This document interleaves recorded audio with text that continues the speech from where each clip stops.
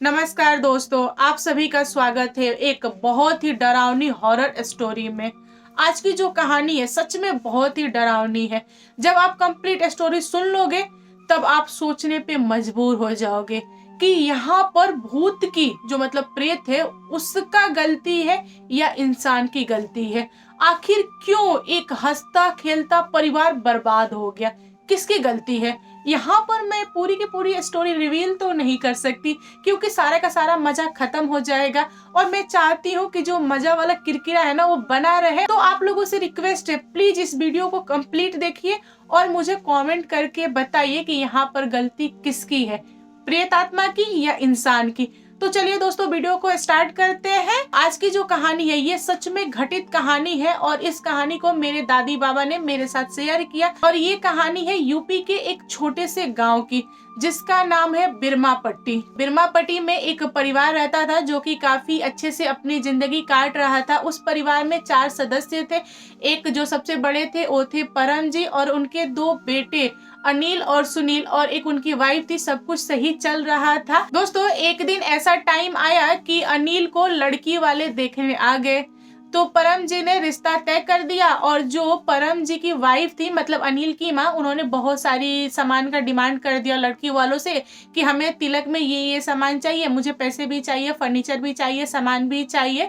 तो जो लड़की वाले थे उन लोगों ने बोला कि हाँ हाँ हम सब कुछ देंगे, आप जो मांग रही हैं हम सब कुछ देंगे। और शादी का डेट भी रखा गया, मतलब सब कुछ यहाँ तक तो सही था। फिर शादी का दिन आया और जो अनिल है वो बारात लेकर लड़की के घर पे पहुंचा और शादी भी बहुत ही धूमधाम से अच्छे से हो गई। फिर लड़की की विदाई हुई और लड़की जब अपने ससुराल आई तो यहाँ पे सास का दिमाग ठनक गया बहू रानी को देख के, क्योंकि बहू रानी तो खाली हाथ आई थी। दोस्तों यहाँ पे जो लड़की के पक्ष वाले थे मतलब लड़की के भाई बाप चाचा सारे लोगों ने दिमाग का यूज किया और उन लोगों ने सोचा कि हमारी बेटी की शादी हो जाएगी और वो उस घर की बहू रानी हो जाएगी तो ये लोग कर ही क्या लेंगे, बहू को तो छोड़ के जाएंगे नहीं, बहू को लेके जाएंगे क्योंकि समाज में इज्जत का प्रेशर बनेगा और उनके पास कोई ऑप्शन रहेगा नहीं। तो उन लोगों ने ये खेल खेला और इसमें वो लोग सफल हो गए। बट उन लोगों ने एक गलती कर दिया, उनकी एक छोटी सी गलती, एक छोटी सी झूठ की वजह से यहाँ पे जो दुल्हन थी उसका नाम सुमन था, उसको बहुत भारी कीमत चुकानी पड़ी। यहाँ पे जब सुमन घर पे आई दुल्हन बन के तो सास ने देखा कि यार ये तो खाली हाथ है, इसके पास कुछ नहीं है, तो सास ने इसको घर में रखने से मना कर दिया। लेकिन परम जी दिल के काफी अच्छे थे और समाज का जो प्रेशर था उसकी वजह से उन्होंने बहू को अपने घर में रख लिया। लेकिन यहाँ पे जो सासू माँ थी वो बहुत ही ज्यादा गुस्सैल है, बहुत ही ज्यादा गुस्सा करती है और वो बोलती है कि शादी तो उनकी मर्जी से हो गई बट मैं यहाँ पे अपने बेटे को कभी भी बहू के पास नहीं जाने दूंगी और कभी भी इन लोगों के बीच में कुछ नहीं होने दूंगी, ये इसकी सजा है, ये उम्र भर ऐसे ही रहेगी। और पहले के समय में क्या होता था कि जो मकान होते थे ना वो मिट्टी के मकान होते थे और पहले के लोग बहुत ही ज्यादा गरीब होते थे इसलिए बहुत सारे कमरे नहीं बनवाते थे, जिसमें से एक बहू है तो रूम तो चाहिए ही और दूसरे वाले कमरे में माँ और माँ का छोटा बेटा यानी कि अनिल का भाई सुनील, ये लोग साथ में रहते थे और अनिल और उनके फादर परम जी बाहर सोते थे। और जो सासू माँ थी उन्होंने सुमन के गेट के सामने अपना खाट डाल दिया और वहीं पे सोती थी और वो पहरा देती थी कि मेरा बेटा सुमन से मिलने के लिए रात में तो नहीं जाता ना। मतलब उन्होंने ठान रखा था कि इनके बीच हम कुछ नहीं होने देंगे क्योंकि इनके घर वाले ने झूठ बोला, सुमन को डेली गाली देती थी, मतलब बेइज्जत करती थी, सब कुछ करती थी, सास वाला रूप तो था ही उनके पास ऑलरेडी, तो बहुत ज्यादा परेशान करती थी। सुमन बहुत रोती थी, अब वो कर भी क्या सकती थी। फिर एक दिन ऐसा आया कि अनिल गांव में घूमने गया और अनिल के जितने भी दोस्त थे वो सारे लोग अनिल को चिढ़ाने लगे कि भाई तेरी शादी होके आई है, तू तो अपनी दुल्हन से एक बार भी नहीं मिला, तूने देखा ही नहीं है कि सुमन कैसी दिखती है, तेरी माँ ने खटिया डाल दिया है। मतलब उसको ना एक गंदे तरह से सारे दोस्त लोग चिढ़ाने लगे और अनिल को इतना ज्यादा चढ़ा दिया लोगों ने कि अनिल बोला कि आज रात को मैं अपनी वाइफ से मिलने जाऊंगा। पहले के समय में एक ऐसा रिवाज था कि जो मर्द लोग होते थे शादी करके दुल्हन को लाते थे और घर के अंदर ही रखते थे। दुल्हन जो थी वो कभी भी बाहर नहीं आती थी, कोई मर्द उसको देखता नहीं था, यहाँ तक जो उसका पति होता था वो भी अपनी वाइफ को दिन में नहीं देख सकता था।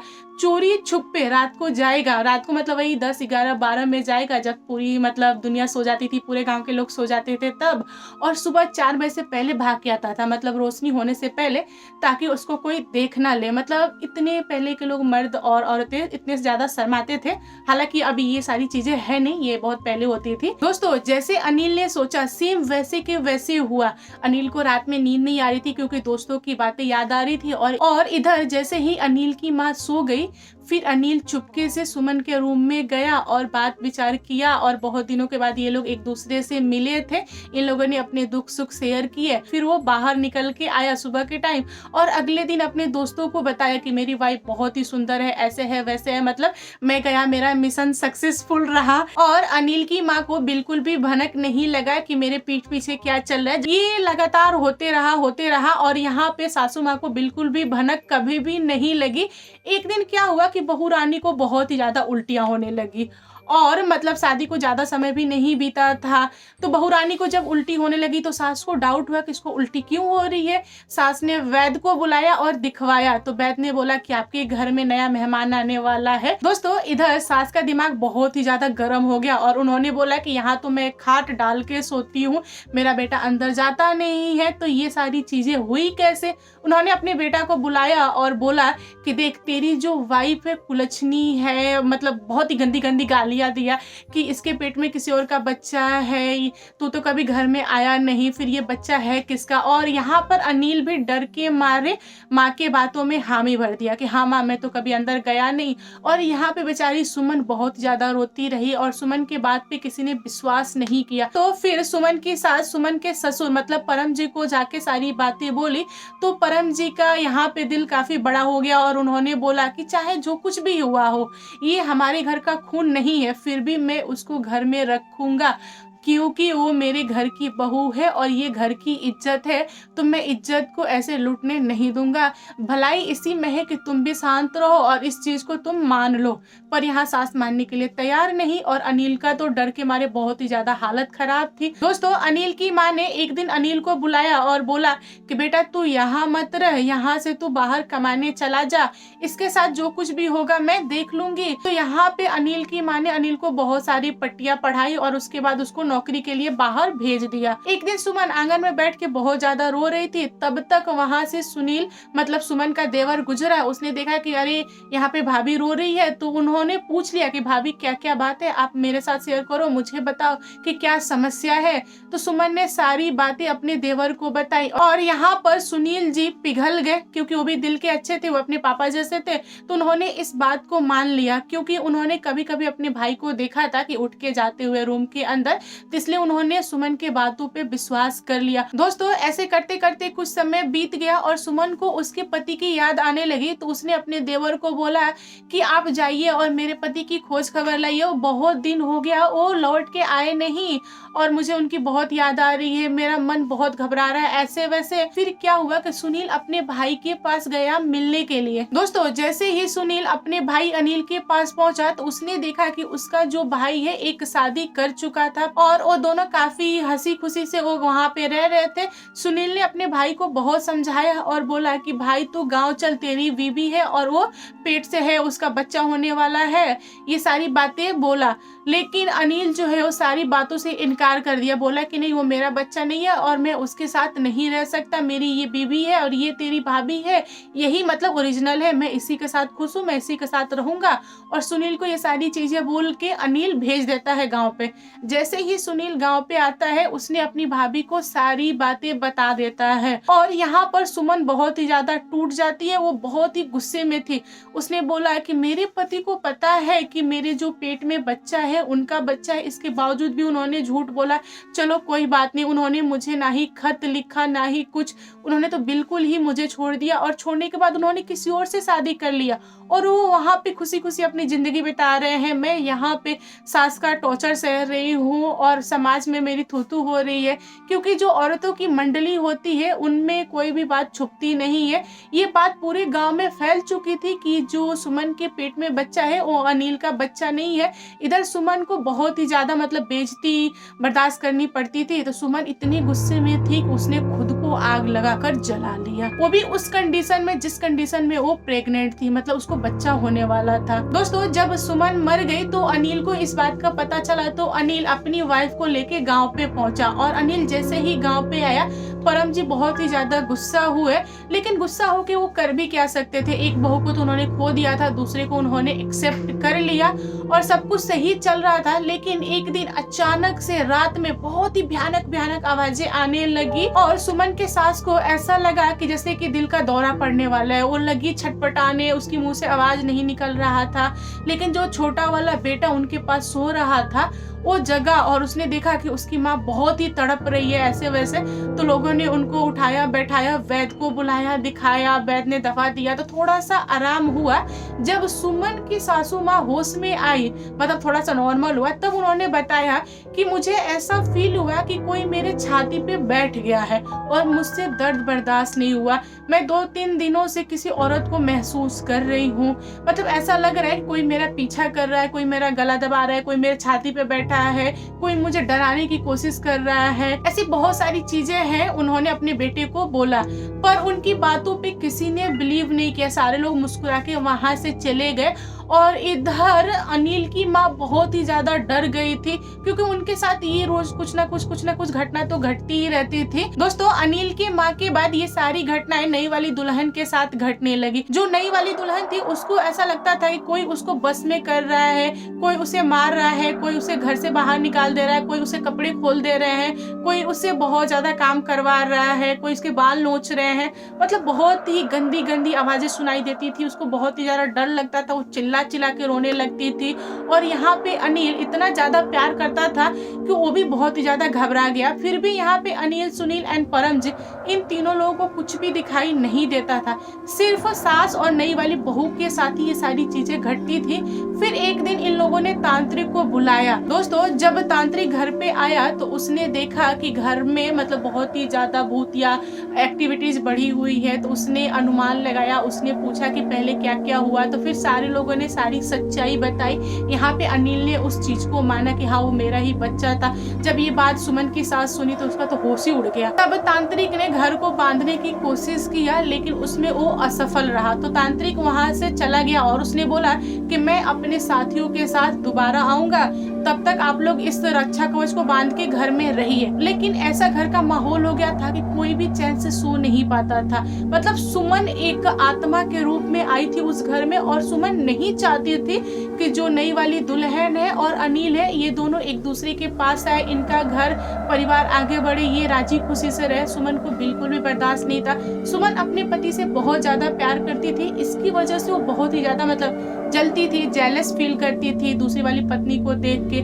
आखिर पत्नी पत्नी होती है भाई, वो मर जाए या जिंदा रहे बात तो एक ही है। जैसे ही सुमन के सास को पता चला कि ये सारी चीजें सुमन कर रही है, तो सुमन की सास ने एक दिन सुमन से माफी मांगा और बोला कि तुम मेरी बेटी जैसी हो, मुझे माफ कर दो, मुझसे बहुत सारी गलतियां हुई, मुझे पछतावा है, ऐसे वैसे। लेकिन सुमन ने माफ नहीं किया। उस रात सुमन के सास को दिल का दौरा पड़ा और वो मर गई। फिर सारे लोगों ने तांत्रिक को बुलाया, क्योंकि घर के बाकी मेंबर को पता चल गया था कि हमारे यहाँ भूत वाली घटनाएं हो रही है। जैसे ही तांत्रिक घर आया उसने बोला कि हाँ, सुमन ने ही आपकी माँ को मारा है और सुमन नहीं चाहती है कि आप दोनों एक साथ रहें, बेहतर यही होगा कि आप लोग अलग अलग हो जाए। अगर आप लोग एक साथ रहेंगे तो सुमन किसी को भी नहीं छोड़ेगी, और वो बहुत ही ज्यादा शक्तिशाली है, क्योंकि उसके अंदर 2 आत्मा है। सुमन जब मरी थी उस समय वो प्रेग्नेंट थी, तो जो उसका बच्चा था उसकी भी शक्तियां और जो सुमन थी उसकी भी शक्तियां बहुत ही ज्यादा बढ़ गई थी। सुमन दिल की अच्छी थी, मतलब एक प्योर आत्मा थी, इसलिए तांत्रिक भी उसका कुछ नहीं बिगाड़ पा रहे थे। तांत्रिक को सुमन ने भगा दिया। दोस्तों, ये सारी चीजें देख के सुनील को बहुत ही बुरा लगा। उसने बोला कि मैं कभी भी अपनी लाइफ में शादी नहीं करूंगा, क्योंकि एक के साथ शादी हुआ, ये सारी चीजें घटित हुई। मैं हमेशा जो होता है ना ब्रह्मचर्य का पालन करूंगा। जो सुनील था उसने घर छोड़ के निकल गया। यहाँ पे जो अनिल था अपनी वाइफ से बहुत ही ज्यादा प्यार करता था, तो वो चाहता था कि मैं थोड़ा सा क्लोज हो जाऊं। जब ये क्लोज होने के लिए जाता, सुमन का एक विकराल रूप बाहर आता और वो नहीं चाहती थी कि ये दोनों क्लोज होके, जो सुमन है बहुत ही ज्यादा तड़पाती थी। सुमन ऐसा चाहती थी ना कि जो मेरा पति है वो मेरा ही रहे। सुमन कभी भी अपने पति को नहीं मानना चाहती थी, इसीलिए वो अपने पति को नहीं सताती थी। बाकी सबको सुमन ने सताया लेकिन अपने पति को नहीं सताया। जो नई वाली दुल्हन थी उसको जैसे बाल पकड़ के ऐसे पटक देती थी, उसको बहुत ही बुरा भला कहती थी, उसको बहुत ही ज्यादा डरावनी आवाजें आती थी। वो सुमन चाहती थी कि मेरे पति को ये छोड़ के चली जाए और मैं अपने पति के साथ मतलब आगे ऐसे ही रहूं। लेकिन ये कहाँ पॉसिबल है? एक इंसान और एक आत्मा एक साथ कैसे रह सकते हैं? ये तो पॉसिबल नहीं है। लेकिन जो नई वाली दुल्हन थी वो भी थोड़ी जिदैल थी। वो बोलती थी कि मैं पंडित को बुलाऊंगी, तांत्रिक को बुलाऊंगी, लेकिन रहूंगी मैं इन्हीं के साथ। लेकिन एक दिन क्या हुआ कि अचानक से नई वाली दुल्हन की लाश घर में मिली। ये कैसे हुआ किसी को पता नहीं, ये हमेशा से राज रहा। और मुझे ऐसा लगता है कि सुमन ने ही मारा होगा, वरना कौन मारेगा नई वाली दुल्हन को। जब नई वाली दुल्हन मर गई, एक रहस्यमय तरह से मरी, तो उसके बाद अनिल का जो हुलिया था बहुत ही खराब हो गया। अनिल पागलों की तरह रहने लगता था। अनिल खुद में ही बहुत ही ज्यादा बड़बड़ाता था और अनिल खुद को एक कमरे में बंद रखता था, बिना खाए बिना पिए बस एक कमरे में ही रहता था। इधर परम के पिता जो थे बहुत ही ज्यादा टेंशन में रहते थे कि इसको क्या हो गया, इसको कैसे ठीक करें, मेरे घर में एक एक करके सारे लोग मर रहे हैं। ये सारी चीजें अनिल के फादर सोच रहे थे, तो उनको भी हार्ट अटैक आया और वो भी मर गए। अब यहाँ पे केवल अनिल बच गया, मतलब उनके घर के सारे मेंबर मर गए और अनिल दिन पे दिन और भी ज्यादा पागल होते गया। लोगों को समझ नहीं आया कि इनके घर में मतलब एक एक करके कैसे सारे लोग मर गए, ये कैसे पागल हो गए। सारे लोगों ने बोलना चालू कर दिया कि इनका घर श्रापित है, इनकी जो पहली वाली बहू मरी, ये सारी चीजें वही कर रही है। अनिल को हम गांव में नहीं रखेंगे, अगर गांव में रहेगा तो ये हमें भी परेशान करेगा, ये आत्मा पूरे गांव को बर्बाद कर देगी, ऐसे वैसे। तो बहुत सारे पंडित को बुलाया गया, तांत्रिक को बुलाया गया, जो गांव का सीमा होता है उसको बांधा गया और जो घर था उसको भी बांधा गया। दोस्तों यहाँ पे एक चीज अच्छी थी कि जो सुमन थी वो सिर्फ अपने पति के साथ ही रहती थी, अपने पति से बात करती थी, चाहे जो कुछ भी था वो सिर्फ अपने पति के साथ ही रहना पसंद करती थी। उसने गाँव में किसी को कभी भी तंग नहीं किया। सुमन की वजह से गाँव में कभी भी कोई परेशान नहीं हुआ। फिर भी गाँव के लोग डरे थे, छोटा सा गाँव होता है, लोग डर जाते हैं भूत प्रेत के नाम से। दोस्तों कुछ समय के बाद से अनिल गांव छोड़ के चला गया। अनिल कहाँ गया किसी को मालूम नहीं और किसी ने ढूंढने की कोशिश भी नहीं की। लोग क्यों ढूंढेंगे अनिल को? अनिल बहुत ही बुरा किया था ना सुमन के साथ। और दूसरी चीज कि उसके घर का कोई सदस्य था ही नहीं जो अनिल को ढूंढे, इसलिए गांव वालों ने सोचा कि चलो यहाँ से बलाहटी वही उचित है। और अनिल का कुछ पता नहीं चला। ये सच्ची भूतिया कहानी है, ये मेरे बाबा ने मेरे साथ शेयर किया, जो मैंने आपके साथ शेयर किया। तो आप मुझे कमेंट करके बताइए कि आपको ये स्टोरी कैसी लगी। दोस्तों अगर आप लोगों के पास भी कोई स्टोरी हो भूत प्रेत डायन वगैरह की, तो आप मेरे साथ शेयर कर सकते हैं। अगला वीडियो में मैं आपकी स्टोरी सुनाऊंगी। तो दोस्तों आज के लिए बस इतना ही। वीडियो पसंद आए तो लाइक एंड शेयर कीजिए और मेरे चैनल पे न्यू आए हो तो चैनल को सब्सक्राइब करना। Thank you, bye bye.